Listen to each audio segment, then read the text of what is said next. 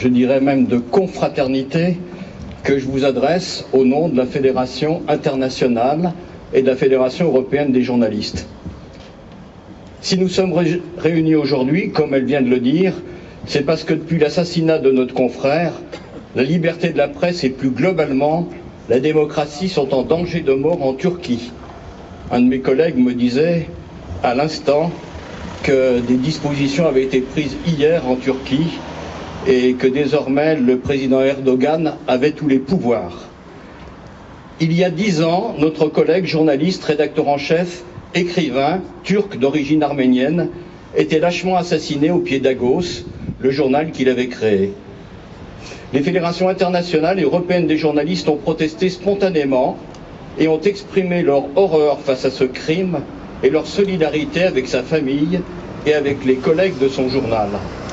Elles n'ont cessé depuis une décennie de mobiliser, comme Reporters sans frontières, les 600 000 journalistes du monde entier qui sont ses adhérents et les 320 000 membres qui exercent leur métier dans les 43 pays du continent européen. Depuis l'assassinat de Hrant, la situation en Turquie n'a pas arrêté de se dégrader et nos fédérations, comme nos syndicats affiliés, n'ont cessé de s'indigner auprès du gouvernement turc et des instances internationales pour que la presse recouvre sa pleine et entière liberté. La Fédération européenne des journalistes et la Fédération internationale mènent depuis 2010 une action en soutien aux journalistes en Turquie et à ses affiliés, le syndicat des journalistes de Turquie, l'Association des journalistes de Turquie et l'Association des journalistes progressistes. C'était le cas, par exemple, le 21 septembre dernier, lorsqu'après 6 années de procédure judiciaire, une nouvelle audience du procès d'Oda TV avait lieu devant la 18e chambre du palais de justice d'Istanbul.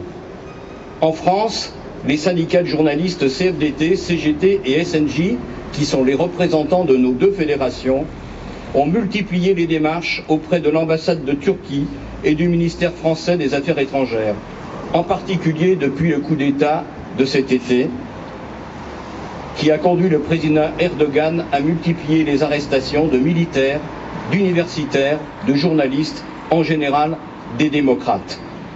Le 21 octobre dernier, les fédérations de journalistes internationales et européennes organisaient une journée de solidarité au cours de laquelle les journalistes libres ont pu parrainer des journalistes emprisonnés en Turquie via les réseaux sociaux.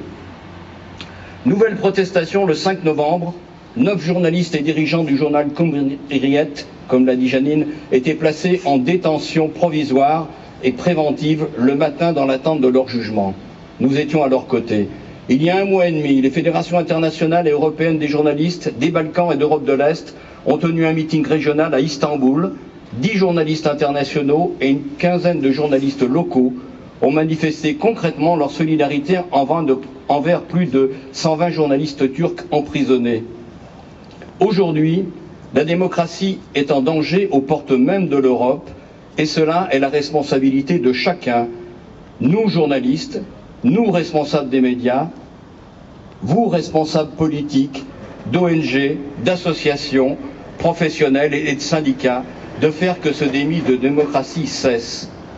Alors tout en remerciant à nouveau la municipalité de Lyon de son geste et la présence de son premier adjoint Georges Kepenekian, nous pouvons dire qu'il en va de la mémoire de notre confrère Hrant Dink, à qui cette rue est dédiée, au cœur de ce quartier qui réunit des médias écrits et audiovisuels, que la démocratie et la liberté de la presse retrouvent le chemin, le sillon qu'avait ouvert notre confrère lâchement assassiné. Je vous remercie.